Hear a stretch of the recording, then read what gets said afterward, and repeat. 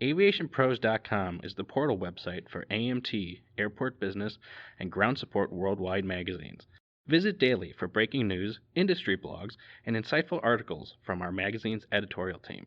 And don't forget to sign up for our publication's daily e-newsletters. It's all at AviationPros.com.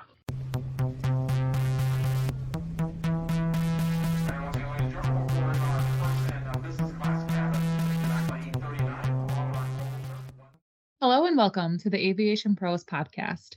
I'm Christina Marsh, editor of Airport Business, and today I'm joined by Airport Business editorial director Joe Petrie to discuss the 2023 North American Airfield Equipment Condition and Powerplant report. Airfield operations are one of the most critical areas of airport services when it comes to keeping the public safe and the runways open. The purpose of the report is to help airport leaders understand how investing in airside equipment can keep their facility up and running and inform suppliers about what airports need. This report serves as a barometer of the current state of airside equipment in North America and how leaders at airports of all sizes are gauging investment in their future fleets. So, Joe, tell us, why is it important that airports invest in new AOA equipment? Well, right now we're in a pretty pivotal time in North America.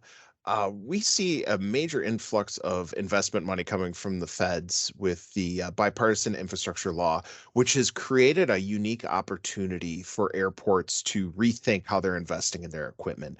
A lot of the infrastructure challenges are being funded, so it's another way to think about the way that they're looking at their fleets and how they're making that investment now. So what we found with this report and talking to some of the airports out there, that they are using this opportunity to address some of those challenges now, especially to given we're at a precipice in terms of fuel usage. Are people going to stick with diesel? Are they going to go to a different alternative? Electrification's a big one. They're trying to find their way into the world and how they're going to take things to the future. And really, there's no better time than right now, knowing what we know and that there is the additional funds available in the market. So, can you dive into some of these factors that are making it necessary for airports to invest in new equipment? It's funny. The best thing that's happened so far since the end of the pandemic is the travel boom when it comes to airfield equipment. Over and over again, from some of the people that we spoke to, increased capacity, number one, with a bullet. That's the reason that they're going into this, that they have to get more equipment. They have more flights, both biz av and, commercial, that people are out there getting around, and they need the equipment to keep up. They need to keep the airfield safe. They need to keep everything moving.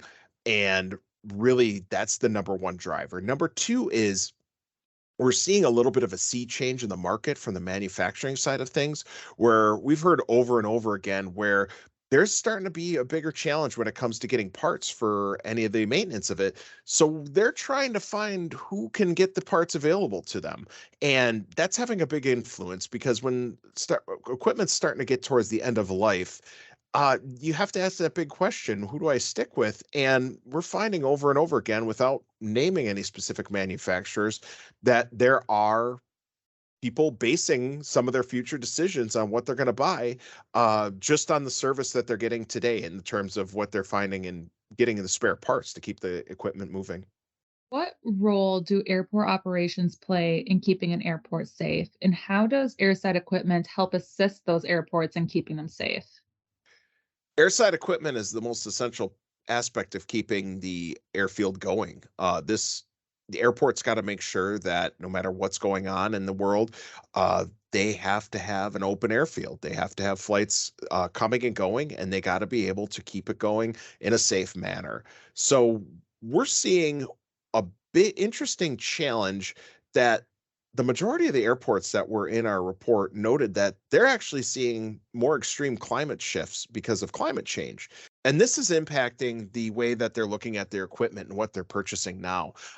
This means some areas are experiencing heavier snowstorms.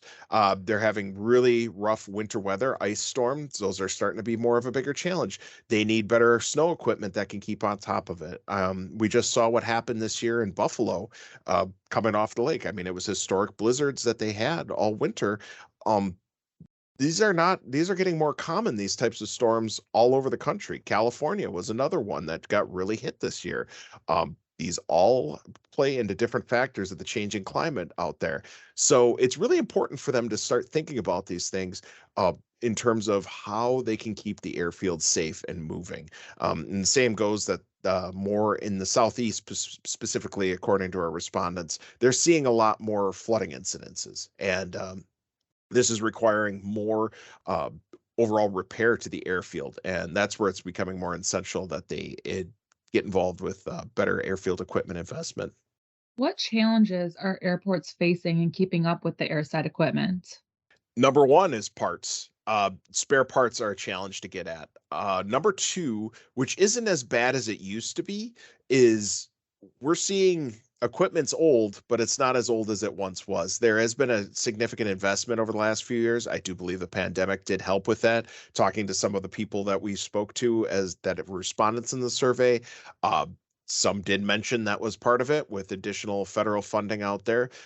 They've been able to get rid of a lot of their old fleet. And by them getting rid of some of their old fleet, that means people that are buying the used equipment from them are upgrading their fleets as well, which is getting a lot of the really old equipment out of the system. So what that's doing is it's changing the dynamic in what we have out there. There's a huge difference. I mean, it's no secret to anybody out there that's listening that's operated a broom that's 5 years old versus one that's 15 years old, how big of a difference that is in servicing the airfield. So I think it's really interesting right now that they are getting themselves up to date all the way along the whole food chain when it comes to uh, this type of equipment and what they're using, and that they are bringing everything up into a newer type of technology and understanding their needs going forward.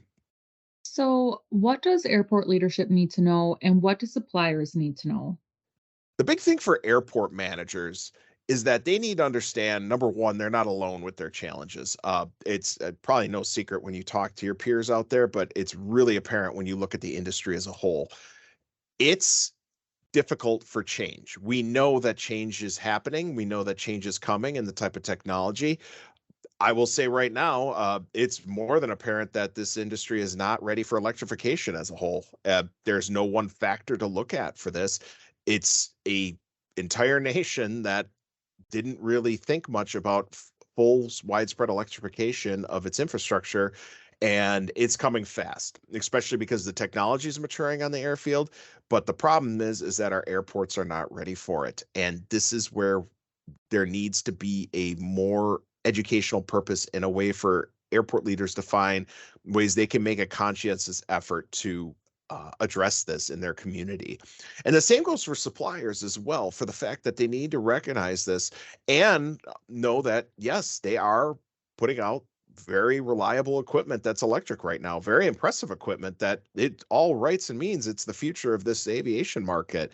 But the challenge is that their airports that they're going to in a lot of cases may like it, outside of some of them that have are very heavy on their electrification efforts, but there's some that are interested in it, but the infrastructure isn't there. And I think what they need to understand and hopefully talk to their people about is discussion of a more holistic approach to electrification and helping get more of a roadmap to that goal out there for a lot of these different airports. If they're in a community where electrification, a lot of these sustainability efforts may not be of top of mind, but the airport management itself knows that there is a lot of benefits that come with electrification down the line, just in reduced costs and operation. They need to be able to work hand in hand and collaboratively to try and come up with a way that they can help find that plan and find step one where it starts with a master plan or talking with the local utilities or government leaders and how they go. And that's really what I want to see out of this, especially what we're seeing as part of this report. So, what can equipment manufacturers do to help meet the needs of airports? They need to really understand their challenges as a whole. They need to know what is realistic to them and what their biggest challenges are. If it's spare parts and you're having a hard time getting them, I mean, this is no longer a supply chain issue post pandemic. I mean, we're past the pandemic quite a bit. Uh, it's they need to understand that they're having a difficult time finding these things, and they need to understand uh, how they're addressing this going forward. They also need to understand how they're addressing these new emerging technologies out there. Again, one of the things that may not be a surprise to this is that when looking at a lot of this new electric equipment, one of the biggest concerns we see over and over again is maturity, which equipment that's electric has been mature. It's nothing new. It's just new in terms of an AOA thing. And they don't understand it because there's not a lot of different manufacturers on the market right now. So they need to be able to find a way to communicate these things to the airports and understand if they're going to make this push, if we're going to truly transform the airside operations across the North America, how can we communicate these things better to people other than just trust me, it works. I know that comes with examples. It's trying to find better examples of how it's working out there. It comes with addressing a lot of the fears of the unknown that a lot of these airports have and these airport managers. We all know that there's not a lot of benefit to taking risks for a lot of airport managers, but they need to see there's a difference between risk and wise investment going out there when it comes to embracing this next generation of technology. So, Joe, where can people go to find more information? You'll be able to find this information at AviationPros.com, the home site of Airport Business. Also, if you check in your mailboxes, you'll be seeing it delivered to people that are already subscribers to Airport Business, who regularly are getting our research products available to them free to download. Thanks again for listening to today's podcast. Stay up to date on industry news, current issues, and information specifically for airports, airport operations, FBOs, and airport-based business by subscribing to Airport Business Daily Newsletter. And as always, please continue to visit AviationPros.com.